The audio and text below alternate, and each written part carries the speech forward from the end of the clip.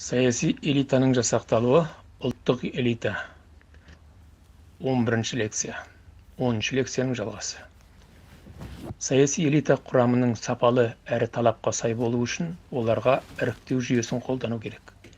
Элитаны қайта жасақтаудың негізгі екі жүйесі бар. Олар гильдия жүйесі, неміс сөзі, өз мүшелерінің артықшылық мүдделерін қорғауды жүзеге асырады. Антрепренер жүйесі, француз сөзі, кәсіпкер, арендатор, яғни қожалық иелік ету мағынасында.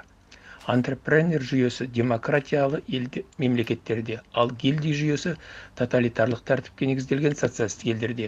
Ал оның кейбір элементтері Ұлыбританияда, Жапонияда қолданылады. Бұл екі жүйенің де өздеріне ғана тән ерекше белгілері бар. Гильдия жүйесі төменгі таптан жоғары қызметке ұмтылушыларды таңдап алуда байыптылық сақтап, шенеуніктік лауазымдық сатылардың күрделі жолдарынан оларды біртіндеп өткізіп өсіреді. Қызметтік лауазымға тағайындалардағы формальды қойылатын әртүрлі талаптардан өту. Оларға жасы, партиялығы, жұмыс тәжірибесі, стажы, білімі, мінездемесі, бұрынғы істеген қызмет орны тағы сол сияқтылар кіреді. Антрепренер жүйесі арқылы элитаны қайта жасақтау көбінесе жоғарыда аталған жүйеге қарама-қарсы келеді. Бұл жүйе бойынша лауазымды орындарға қызметке алу жариялық жағдайда жүргізіледі. Б. Институционалды сүзгіден өтуге тиісті формальды талаптар шамалы болады. В. Іріктеп алу шеңберінің кеңеюі, яғни бүкіл ел бойынша сайлаушылардың қатысуы. Г. Басшы болу жолындағы бәсекелестіктің жоғары болуы. Д. Жеке тұлғаның адамгершілік қасиеттері, саяси белсенділігі, жұртты өзіне қаратарлық идеясының бағдарламасының болуы. Жалпы адамзат тарихының тәжірибесі көрсеткендей, элитаны қайта жасақтаудың антрепренерлік жүйесі бүгінгі күннің ағымына сай ыңғайланғаны байқалады. Гильдия жүйесінің де ұтымды жақтары бар. Олар консенсусқа келу, шешімнің байсалдылығы, дау-жанжал туу мүмкіндіктерінің алдын алу тағы сол сияқтылар. Сондай-ақ бұл жүйе бюрократиялануға жиі ұшырайды. Ал бұл жүйедегі бәсекелестік тетігі іске қосылғанда элитаның күйреуі тездетіледі.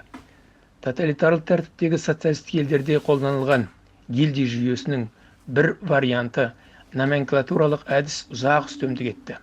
Ал бұл әдістің жағымсыз зияны жақтары да аз болмады.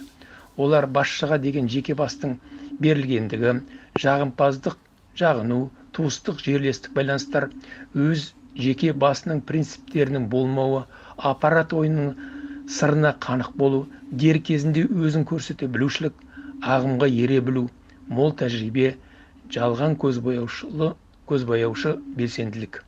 Әртүрлі маңызы жоқ нормалар мен сүзгілер жаны таза, адал, білімді адамдарды өзгертіп бұзды.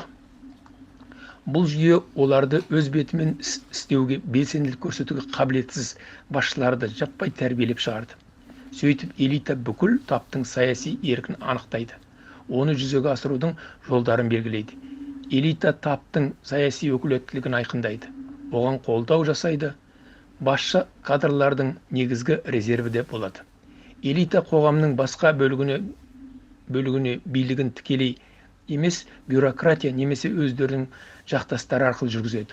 Олар қоғамдық пікір қалыптастырып, жұртшылыққа үстемдік етіп отырған саяси тәртіп барлық халықтың қамын ойлап, қалауынан шығуы да деген идеологияны саналарына сіңіруге тырысады. Сонымен қатар, басқарушы элита құрамына кірмей қалған, сол дәрежедегі қасиеттерді меңгерген топ оған кіру немесе жаңа элитаны құру үшін күреседі. Олар контрэлита деп аталынады. Қазіргі өндірісі дамыған елдерде элитаның құрамы әртүрлі болып келеді. Оған саяси серкелер, заң шығарушы парламент депутаттары, шенеуніктер, зиялылар, ірі ғалымдар, бизнесмендер кіреді. Олар қазына байлықты, қаражатты, жоғарғы мемлекеттік шешімдерді қабылдауға тікелей қатысты. Жоғарғы мәртебесі мен ықпалы, билігі бар ұйымдасқан адамдар тобы. Әлемдік тәжірибеде қоғамның дамуы саяси элитаның ауысуымен жүзеге асып жаңарып отырады. Ал бұл процесс біздің елде өзгеше тың бұрын ешкім жүрмеген беймәлім сүрлеу жолды таңдап, оның сырын ойлы шұңқыры көп, ол жолмен жүріп күнде сүрінуде. Бұл бағыт келешекте адастыруы да қажет емес бұл бағыттың. Білімділер әр уақытта білімсіздерді мойындамаған, яғни бағынғысы келмеген. Бұл ғасырлар бойы қалыптасқан қағидаға айналған тәжірибемен әбден дәлелденген заңдылық. Адамзат баласына ортақ норма өлшем. Элитаның ең басты қасиеті сиректік, дарашылдық, ерен айрықша дарындылық. Міне бұл тұрғыда өзін рухани әлемінде ерекше танытқан азаматтар қазақ даласында да аз болмаған. Олар текті жерден шыққан ақсүйектер деп аталды. Егер олардың есімдерін атар болсақ, оларға қазақ қана Абылай хан, оның кеңесшісі болған Бұқар Жырау, Төле, Қазбек, Әйтеке билер, кеңес дәуіріндегі Мұстафа Шоқай, Әлихан Бөкейханов, Ахмет Байтұрсынов тағы басқалар жатады. Қазақта бес саусақ бірдей емес деген мақал бар. Құранда да жаратқан иеміз пенделердің дәрежесі тең болмайтынын айтады. Міне осыған орай элита үздік топ туралы ілімде адамның ежелден бір-біріне деңгейлес тең болуы мүмкін емес деген қағидаға сүйенеді. Бұл Платон, Карлейл, Ницшелерден келе жатқан үрдіс. Көне грек философиясымен сусындап өскен ислам хакимдері де бұл ілімді мойындаған. Бұл үрдіс өкілдерінің тұқыртып айтуынша, әрбір халық екі бөліктен тұрады. Ақыл ойға қабілетті үздік топ және осыған қабілетсіз қара тобыр. Олай болса, үздік топ қалайда билікке ие болып, қалаған қара тобырды басқаруы керек. Ал қазақ халқының тағдыры өзге ұлттың қолында тұрған кеңес дәуірі кезінде әміршіл, әкімшіл жүйе ойлы, зерделі, пікірлі азаматтардың қажетті болған жоқ. Ол мемлекетке олардың өздеріне қажетті қара байыр идеологиясын мойындайтын және оны шексіз марапаттайтын можан топай пысықсымақтар ғана керек болды. Уатқыш машинаның қызметі тәріздес сол мемлекет құмнан алтын жасамақ болды. Ал нағыз сап алтынды таланттарды құм етіп, уатып, талқандап, жерге шашып жіберді. Халқымызға тән бас кеспек болса да тіл кеспек жоқ деген басты қағидамыз да жайына қалды.